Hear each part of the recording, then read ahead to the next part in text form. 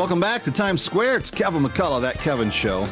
Certainly glad to have you with us. And of course, coming up yet at the end of the hour, it will be the New Music Spotlight with the Artist of the Week this week. Looking forward to that. But we want to delve into another issue-oriented discussion here. And May Mailman is with us from the Independent Women's Forum. She's the director of the Law Center there at IWF. And IWF, if you've listened to my radio show or watched my TV shows, you know that we are huge fans of all things that they are doing. May, it's good to have you for the first time. Welcome. Hey, thanks for having me, Kevin. We worked really hard to get you on an originally titled show name, so That Kevin Show. But when it comes to original names, I've never known a mailman before, so we're in good company today. We were joking off air a little bit, but we live in very tenuous times, and these cases that are going before the Supreme Court in this era are more important than ever before. And I guess before we get into some specifics, you know, one of the things that Kamala Harris has tried to use against President Trump, and President Trump has tried to use as kind of a calling card, is his record on judges, 300 plus in his time in the White House, including 3 Supreme Court justices. And judicial philosophy counts for something, doesn't it? It does, because you're not always going to agree with what the Supreme Court says or does, and you shouldn't. If you agree every single time, then you know that they're not doing their jobs, because that would mean that you agree with everything Congress has done. You agree with every single law that has been passed. And so judicial philosophy means, how does a judge approach judging? Are they just doing what they feel like? Or are they reading the statute and doing what Congress, what the people have said to do? Yeah. And what Trump promised to do is that he would put originalist, textualist judges on not just the Supreme Court, but throughout the country.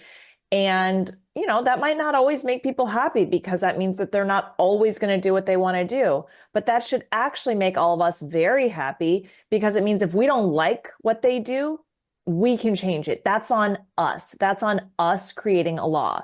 And that's a big burden. That means that we have to pay attention to what's going on. But those are the types of judges that Trump has been focused on. And I think they've done our country a lot of good. There's been a lot of discussion from the Harris side of the equation about court packing. And I think one remedy that she would try to seek if she had the opportunity is to expand the Supreme Court. I've heard various numbers of how many justices should be on the court. It hasn't always been 9, and there have been times when we've had to decide cases with less in between appointments of those that are on the court currently. What's the governing rule on how the makeup of the court gets changed? Well, I think consistency. Right now there is 9 works, you know, it's been long standing, and consistency brings with it trust. You know, if things are always changing, sometimes it's 15, sometimes it's 20, sometimes it's 3. Why would you trust any ruling coming out of a body that didn't have consistency? And because 9, you know, at the beginning of the country, or, you know, 100 years ago, if that number were going to be 13, then sure, the number's 13. But at this point, especially when our nation is so divided, consistency is key. And that's what's so dangerous, because if Kamala Harris adds 5, just enough to make sure that she's got a majority, then the next conservative is going to come in and they're going to put on 7. Right. And the next person, it just, you know, or maybe they'll start kicking people out. They'll change the Constitution and say it's no longer life tenure, whatever it is. But right now, consistency is the need. Well, and I don't quite understand how the appeals courts and the circuit courts get established and maintained. But you look at the court that has the most number of judges on it in the circuit level, the appellate level, and it's the most overturned, which is the Ninth Circuit, way up in the Northwest. They've had so many bad rulings that have eventually gone to the Supreme Court and been overturned. It seems to me that sometimes too many cooks in the kitchen is just a bad idea. That could just be me being a little too colloquial. probably for the smart people. That's fine. I'm not afraid of being called names. We want to talk about one of the cases that is going before the United States Supreme Court, and people may not know it by name, but they're certainly familiar with the concept of what's being argued, because the Biden administration came into office and almost immediately blackmailed the public school systems across the country to say, you're going to provide gender affirming care. You're going to do this for minors. We're going to do everything we can to even avoid parental accountability to the school system as you're doing it. And if you don't, we're going to take the school lunch programs out of your schools that the feds pay for. It really was a bullying tactic by the executive branch in a way that I think if it was about anything else, people would have been up in arms. But people didn't know how to respond to this. But this is starting to get through the courts now in terms of some need for rational accountability and some thoughts on all this. And this case, United States versus Skrmetti, for my listeners and viewers, just explain what it's about and where it stands. Yeah, so I think that this upcoming Supreme Court term is actually not super exciting, but this is the big case. This is the big cultural case that's going to affect people's lives.